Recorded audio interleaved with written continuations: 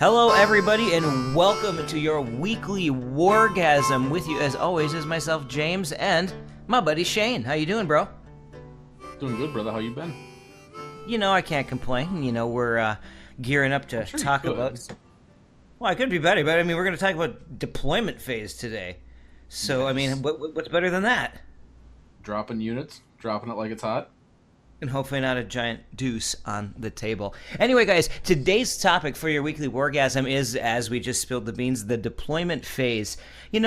A lot of people put a lot of effort and time learning a lot of the phases of the game, and everyone has their favorite phase or phase that they think is the most influential on the game. So we're going to kind of go through those phases, randomly throughout our weekly Wargasms. And today we're going to talk about the deployment phase because, hey, it's the setup of the game, and it kind of sets the tone, sets the flavor of what you want to do. So for those of you who are new to the game, who aren't familiar with the rules yet, the deployment phase is very simple. You set up the board, you set up the terrain, you figure out, and then you figure out, once all the terrain is set, the deployment style that you're going to do. There's a couple different deployment scenarios that are utilized in the book. So you may be lining up on a diagonal, you may be lining up right in front of your opponent.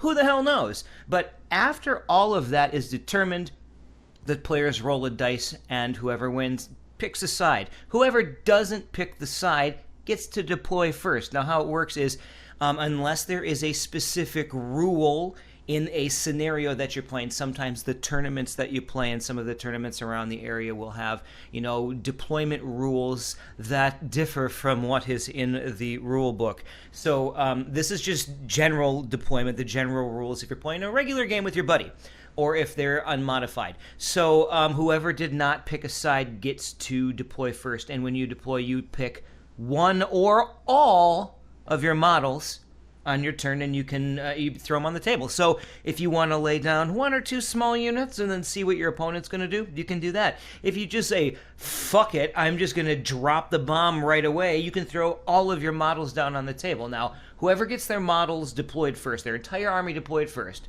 not counting any special drops like, scouts or whatever, you get a bonus. For every model that the opponent has left to deploy, you get a bonus to your dice roll to see who goes first. So you can basically drop your entire army down and almost guarantee, barring some random crazy circumstances, first turn.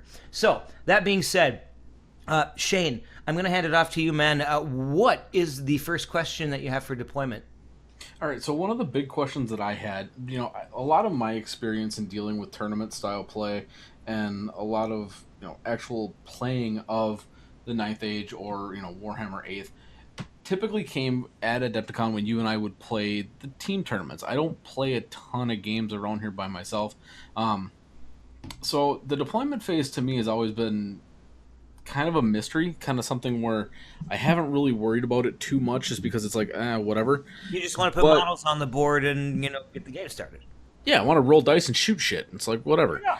But, like you and I have talked about many times in the past, and I know we've talked about this with Fergus and, some of the other guys too, it's always a good idea to know the ins and outs of the game if you're going to continue to get better.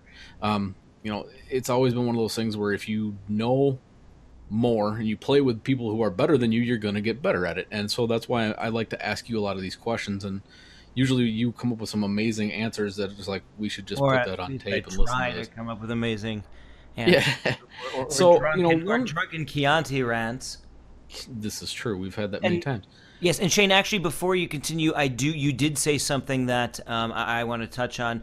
You said playing in the community, learning the game, playing people more experienced than you will help you to learn the game. Now, one of the best things about the Ninth Age is you have all of the army books online for free. You can download. So you should know what every army does. Now, when I'm talking this deployment phase tips, this is a disclaimer. We are assuming that you know the general properties of each army. We're not going to get into them, but look them up, know what they do, know what all of the random movement quirks are, or any special movement rules for all the armies, because that will affect deployment. And I'm going to say one last thing on that, though. I mean, you don't need to know the ins and outs of every specific unit of every army, but know the general armies. But know your army ins and outs. It's all online. Go pick Yeah, them up for free. and it's free, which is awesome. But, one thing that I've always been curious about is, for me, it's always been, okay, well, I'm going to put down these units, and then he's going to deploy, and I've never understood why is it a big deal to want to go first? I've always just said go ahead. I mean, for me, it's never been that big a deal. I didn't really care. What kind of advantages is that to having that bonus for the roll off to determine who gets to go first in the match? Well, there's a lot of factors into that. Now, if I'm playing a casual game, if I'm playing a fun game, I don't care who goes first. I don't care what goes on. I'm there to have a couple beers. I'm there to have a few laughs, and I'm there to roll some dice and shoot shit, as you so, poetically put it. But if I'm playing in a tournament, or if I'm playing a serious game, I mean, first off, you want to take a look at the board. You want to take a look at the terrain. You want to take a look at, okay, I got stuck with this side of the board. This is the stuff that is in my way. And if you're talking about your benefit of going first, starting off with that, just looking at the board, looking at the terrain. If you have an army that has a larger footprint that's going to need extra time to maneuver around stuff, and let's say you're in a very dense map, or a very dense board, you have to think, okay, I'm going to need to move as fast as I can to either get to the objective. If there's an objective you need to get to, if you have a scenario where you have to have command models on the other side of the board or in the opponent's deployment zone, you have to put that terrain into a factor. So first off, you want to look at the terrain. Is it going to help me to go first? Am I going to need to clear some of these impassable things, or am I going to be, or is my first turn reacting to my opponent going to hurt my time or stop me from engaging people and covering myself from fire, covering myself from artillery, engaging in close combat, so I can protect my units, whatever. But after that, for going first, it's mostly objectives and how your opponent deploys. Really, I've had games where I've wanted the first turn, but based on how my opponent deploys, I don't want the first turn. I've had gunline lists, so I'm like, I don't give a shit if I have the first turn or not. That's fine. I already know what I'm going to do. I'm going to sit here and shoot you. So I'm going to see what you do and, adjust my strategy accordingly. So it really just, I mean, that's the thing. I don't know if I'm going to go first or not, usually, until after I see what my opponent does. But I know people in tournaments that will make lists based around they want to drop their units first. Like, they already know what their deployment is before they walk in. That works best for them. They've play tested it. They've crunched the numbers. They've experimented until they're blue in the face. They know where they're going to deploy. They know how they're going to deploy. So if you already know that, and you're going to, and whatever your opponent does doesn't matter, you may as well get that first turn. But it just, like I said, for me, it mostly depends on what my opponent's doing. So does that also include for you? I mean, I know when you are playing the majority of your games, granted, you've got a couple of different armies that you run, but like typically when you play, you usually run your rats. So when you're doing that and you're looking at your, how you're putting your stuff on the board, do you typically like to play more aggressive style? And so if you are playing that aggressive style, does that typically dictate you putting your stuff more towards the front end of your deployment zone and then saying, I'm going to get that first turn to just charge forward as much as possible? Or is that something that doesn't really factor into how you're going to place your units? Okay, so when I play, we'll stick with my rats for example. Again, a lot of it really depends on the scenarios. A lot of it really depends on how my opponent is setting up, and also what I'm playing against. If I'm playing against a really shooty army, and I've got a lot of large footprint, units, a lot of tar pits, a lot of slaves, a lot of rat at arms, I want to get down the field as fast as I can so I can, engage in close combat and try and mitigate the damage that I'm getting from all of that shooting. So if I'm going to play aggressive, I will deploy as far forward as I can in my deployment zone, and I'll try and layer my units. Like I'll take my BSB and my general, and I'll try and layer units. I'll take the unit sizes into account, the height of the units into account, when I'm deploying, so I can give as much coverage to my units as I can while they're moving down the field and they're getting shot at. Now, if I'm playing more of a gun line, I'm going to play a little more defensively. If I'm playing a slower moving army, I'm going to want to play more defensively. I'm going to want them to come to me. So I might deploy a little further back, and I might spread out my army a little bit. Like if I was playing dwarves, and if I was playing a dwarven gun line, or if I was playing my Skaven gun line, or my Vermin Swarm gun line. I could deploy way outside to the flanks, use the board edge to help protect my flanks, pop some war machines on those board edges so, nothing can really get around there. Use the terrain to my advantage and, just, bunker down and, weather the first few turns and hopefully, force them to me as fast as possible. For you, how big of an impact would you say terrain has on how you deploy? Oh, huge.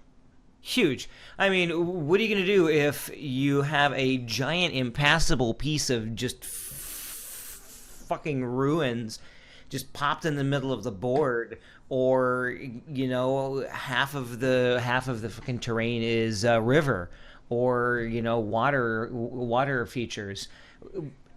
I mean, or there's a shit ton of stuff to hide behind and a lot of cover that you have to put into effect. All of a sudden, these small little skirmishing units that might not have been very dangerous to you before are all of a sudden a lot more, bothersome to deal with, a lot scarier, because you can use that terrain to really, fuck with people, stay out of line of sight.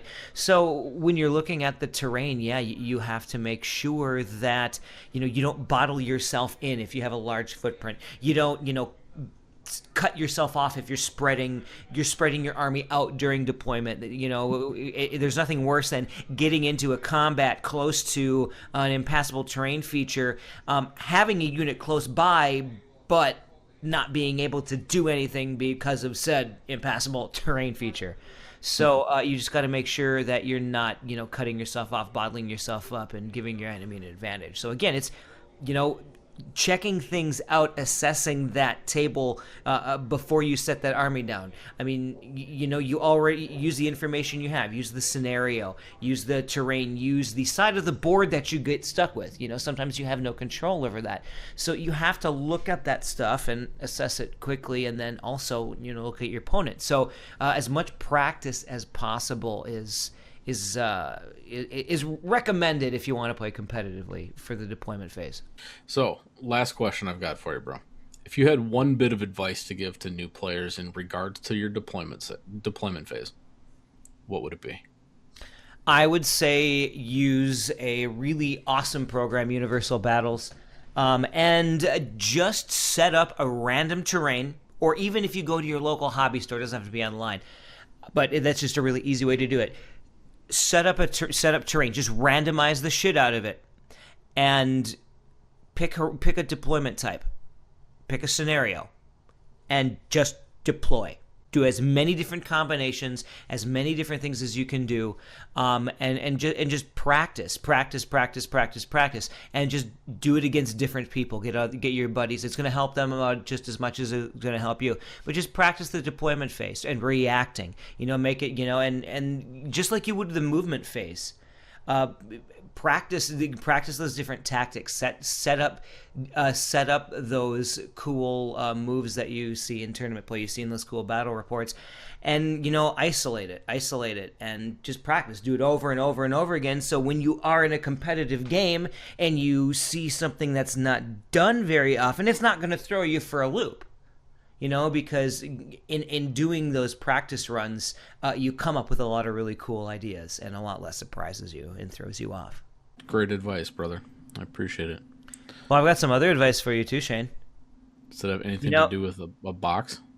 A box, don't be a hobby box. Yeah, you definitely don't want to be a hobby box, but also, we love doing this. We love that you love that we love doing this. And we do this for you just as much as us. We love your feedback. So, guys, if you want to get a hold of us, you have any suggestions, you have any comments, or you have any special requests, you can email us at thewppodcast@gmail.com. And also, if you like this, you can check out our flagship show, the Wargamer Project Podcast, or the WP Podcast. We're on iTunes. We're on Stitcher. We're on all the things. You can go to thewppodcast.com and check us out there as well. Subscribe to us. Say we're great. Give us a bunch of stars. And, follow our YouTube channel, obviously, as well. Yeah, guys. And if you're watching this YouTube channel and you enjoy these videos, give us a thumbs up. We really appreciate it. It helps us know that people are actually enjoying what we're doing. Leave us a comment. We do respond back right away to what we get on these things. So, give us some feedback. Let us know what you guys think. If there's something special you want us to talk about, something you're curious about, let us know. With that being said, guys, thank you for joining us with this edition of the Weekly Wargasm. We will come at you next week with another awesome topic. And don't be a hobby box, guys. Stay frosty, guys.